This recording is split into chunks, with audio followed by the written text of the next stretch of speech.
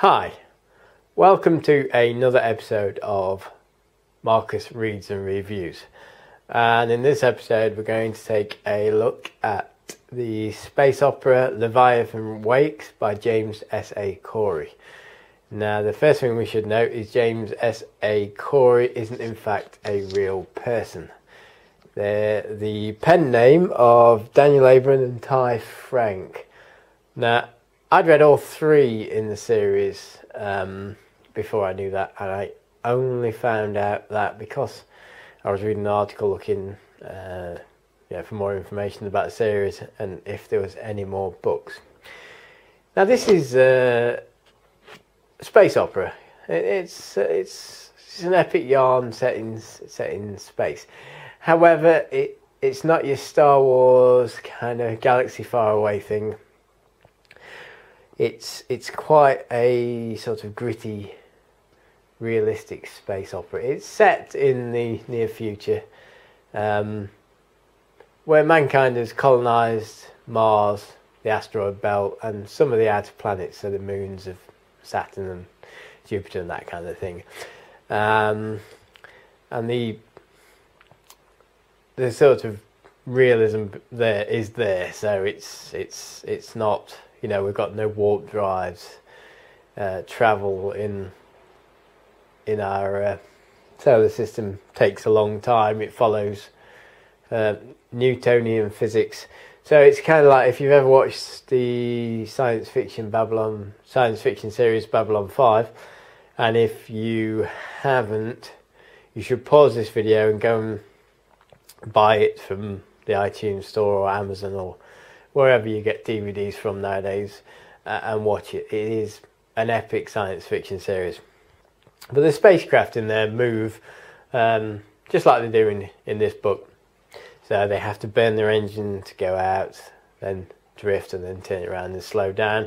And gravity in the ship has an effect on people, so they can't go too fast because there's no inertial dampeners like there is in Star Trek.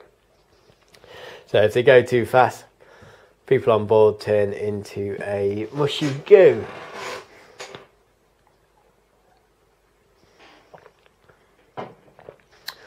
The main protagonists in this book are Detective Miller, who is your archetypal detective. He's down on his luck. He's not got a lot to live for, but he's given a job. And that job is to look for a young woman who's missing. She's got rich parents, so being a sort of down and out detective, private dick kind of person, he takes them up on the job.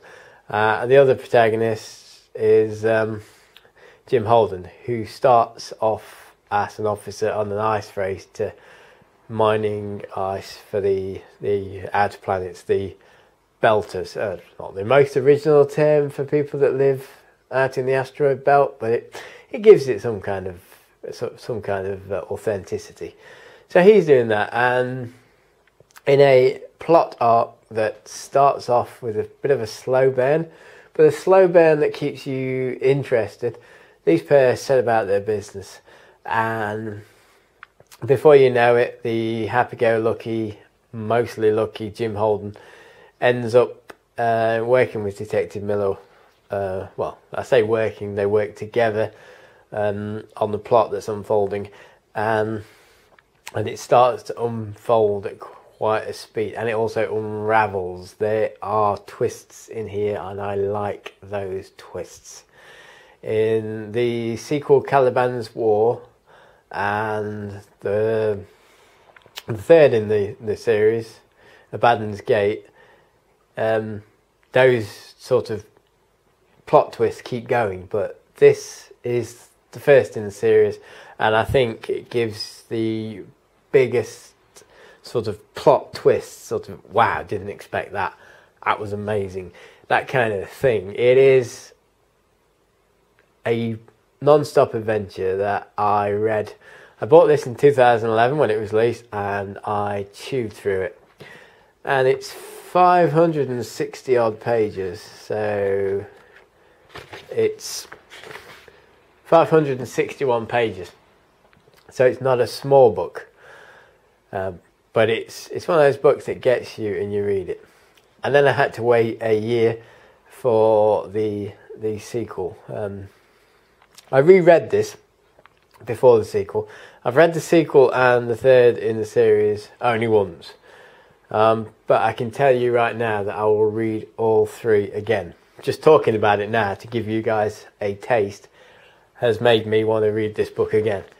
But I've got a few other books in my queue first. When I do my review of Dragonlance Chronicles, I'll show you what a book looks like that I get attached to, that I read a lot. This is neat. It's not got any damage at all. It's been read twice. Dragonlance Chronicles looks like it's been dragged through a hedge backwards. That's because I've read it a lot. Anyway, I also found out that there is a fourth book in this series due June of this year. So I'm hoping to grab that, and when I grab that, I think I'm going to have to reread the others. But if you like science fiction, if you like hard science fiction, if you like books where the universe is gritty and believable, one thing about this is there's no page after page after page description of how politics work or how the universe is. Just by the characters and some narrative. We know that Earth and Mars and the Outer Planets Alliance, the Belters and the other world, they don't like each other. There's a dangerous truce. Yeah, you can feel the tension, the Martian battleships, the Earth battleships, that kind of thing, and the tiny little Outer Planets Alliance sort of teetering in the middle. It's in there. It's well written. It's believable. The cover art's terrible, but you know, yeah. I don't know what's supposed to be, but other than that, I have no criticisms of this book. I need more. More is coming out this year. Anyway, you're into sci-fi, you're into a great story. I think you could read this if you weren't into science fiction that much, and you'd get a great story out of it. Anyway, that's Leviathan Wakes by James S.A. Corey. Thanks for listening. Oh, well, that's thunder. By the way, if you're an author, look at this email address, that's me. If you want me to read and review your books, then drop me a line and I'll be more than happy to do so, because, you know, I'd like people to review my books, which are on Kindle, at this address. Okay, that's me plugging myself done. Stay tuned soon for another Marcus Reads and Reviews. Thanks for listening.